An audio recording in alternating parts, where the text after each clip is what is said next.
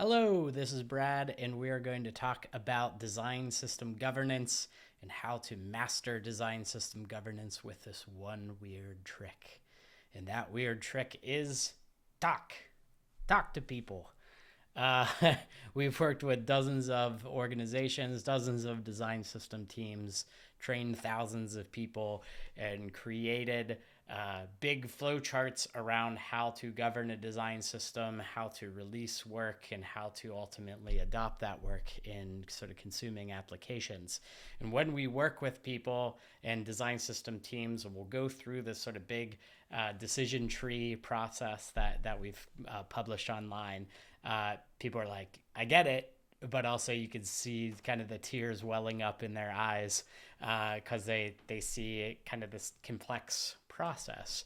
And while it's true that kind of the complexity outlines the reality of it has to go from an idea all the way to doing the work and building the work and releasing the work and adopting the work, the main aspect of successfully governing a design system is to set up a culture of communication and talking so that when people have questions about the design system, when they have concerns about the design system, when they encounter bugs with the design system, when they see a component and they're not sure if it's the thing that they need or if it does what they need it to do, any of those situations, questions, comments, and concerns, the whole idea is talk. Talk to people and build a culture around talking, right? When that happens, anytime there's questions, comments, concerns, anything about the design system, the immediate instinct for everyone should be like, I need to talk to the people who have the answers to these questions or can address my feedback. Too often success or failure happens because people use the design system, they plug it in, it doesn't do what they want, and they say, this sucks, and then they move on with their lives, right? And they're like, well, the design system can't help me, right? So what is so incredibly critical to create a successful governance process is that to sort of build that connective tissue and build that relationship and that rapport between the design system team and any consuming team, any other sort of stakeholder, or just people floating around that might have questions, comments, concerns on this thing, right? And what's amazing is how incredibly effective that conversation can be.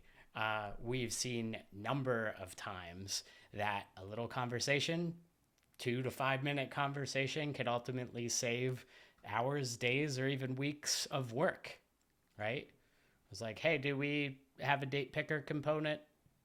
No, it's called calendar, right? And here it is over here, right? For instance, right? As opposed to, I don't see a date picker component, so it looks like I have to go out and build one from scratch, right? So just even kind of differences in language, differences in sort of the nomenclature or organization of it, right? Alert versus, whatever. You get the idea. But the whole idea is that just because a component library exists, and even if that component library is well documented, doesn't immediately mean that the users of the system are going to understand how to wield it properly. So it's kind of through these conversations with people that you're able to build up that shared understanding, right? The design system team has a better understanding of how people are viewing things and what their needs are. And the consumers on the product teams using the design system are able to better understand the sort of conventions of the system, right? So this is quite easy to set up from a technical perspective, right? The Nord Health design system, I think, does like a really, really good job on their reference website. They basically have a page that's basically like, here's all the ways you can get in touch with us. If you have questions, there's dedicated Slack channels, right? Here's an email address you could reach us at. Here's when our office hours are. They even have an FAQ page on the thing, as well as kind of like really detailed outlines for bug and support process, right? Like here's what to expect, which is awesome. And that's all great stuff that every team should be doing, is kind of setting that stuff up and communicating that out to the rest of the organization. In our experience, though, sort of just by way of having a Slack channel or Teams channel doesn't automatically mean that people are going to use it, right? It takes a lot of work to sort of build and foster that culture of communication and collaboration. And that's the difficult part, especially in large organizations, siloed organizations, organizations that aren't maybe used to that level of sort of close collaboration and communication across groups or across disciplines. We've worked with some organizations that have some kind of real challenges, whether that's interpersonal challenges or just kind of other things going on that makes just simple advice like, hey, talk to each other a little bit more difficult. So like most design system issues, all of this comes down to, these are human problems. And that's really the work of design system teams, is to help foster and facilitate that communication and collaboration. One of the things when we work with teams and when we're doing this work ourselves in partnership with our teams, in our clients' teams, when we don't hear from people, we start getting nervous, right? And so it's kind of through this like proactive outreach of saying, hey, how's it going? How are you getting on with the system?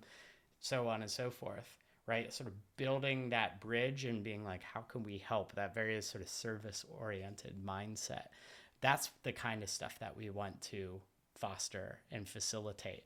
And what that does is helps, again, just kind of build that real human connective tissue that makes it so that when they encounter an issue, when they inevitably encounter an issue or a question or comment or concern, they know that they can come and talk to you.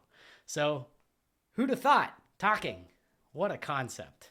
So get out there, talk, do a better job reaching out, really focus on that sort of human aspect of design systems, and your governance will go great because everyone will know that if they have questions or comments or concerns, they could come to the team and you can collectively figure out what steps to take next. So until next time, thank you very much. Take good care.